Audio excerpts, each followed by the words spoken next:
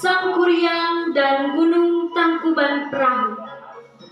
Pada zaman dahulu, di sebuah kerajaan makmur bernama Parahyangan, hiduplah seorang gadis cantik yang bernama Dayang Sumbi. Ia suka sekali menenun. Suatu hari, Dayang Sumbi menenun di teras kerajaan.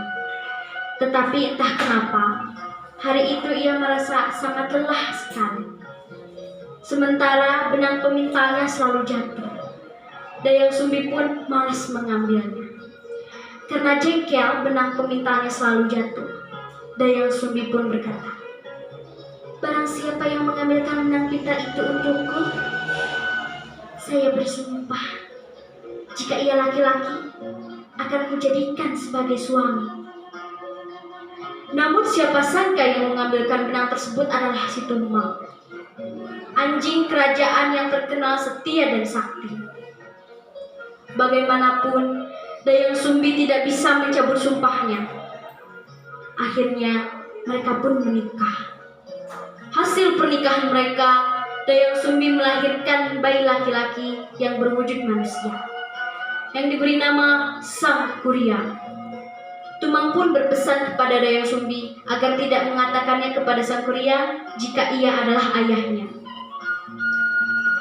Sang Kuryang tumbuh menjadi anak yang cerdas dan lincah.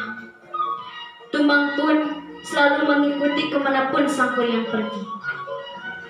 Suatu hari, Dayang Sumbi menyuruh Sang Kuryang untuk pergi berburu binatang untuk pesta kerajaan. "Sang Kuryang, pergilah berburu ke hutan bersama Tumang." "Baiklah Bunda, Sang Kuryang akan mendapatkan hewan buruan yang banyak."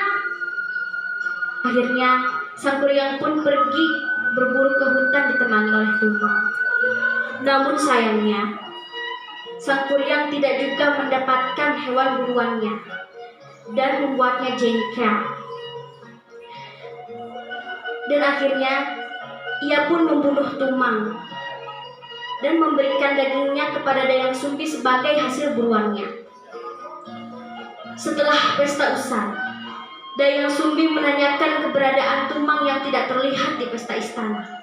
"Sang Kuryang, apakah kau melihat Tumang? Aku cari kemana-mana tapi tidak ada." Itu Bunda, aku telah membunuhnya." "Apa? Kenapa kamu melakukan itu, Sang Kuryang?" Dayang Sumbi pun tidak bisa menahan emosinya.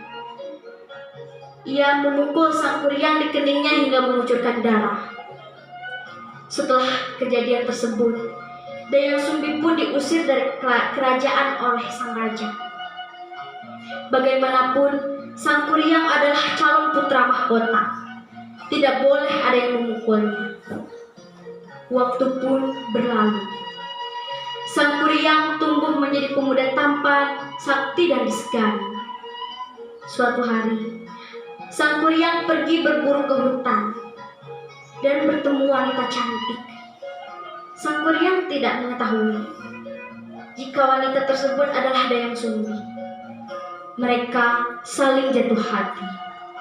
Tanpa menunggu lama, Sang Kuryang pun melamar Dayang Sumbi.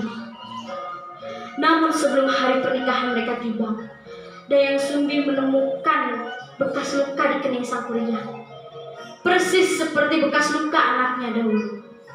"Ya Tuhan, ternyata pemuda ini Sang Kuryang, anakku." Dayang Sumbi pun mencari akal untuk membatalkan pernikahannya bersama Sang Kuryang. "Sang Kuryang, kau bisa menikahiku, asalkan kau mampu memenuhi permintaanku." "Apa gerangan permintaanmu, wahai gadis cantik?"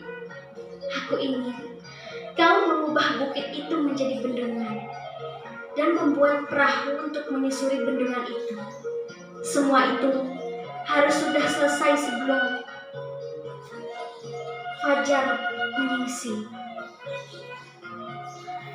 Lalu Sang Kuryang pun menggunakan seluruh kesaktiannya. Ia mengundang seluruh makhluk halus dan jin untuk membantunya.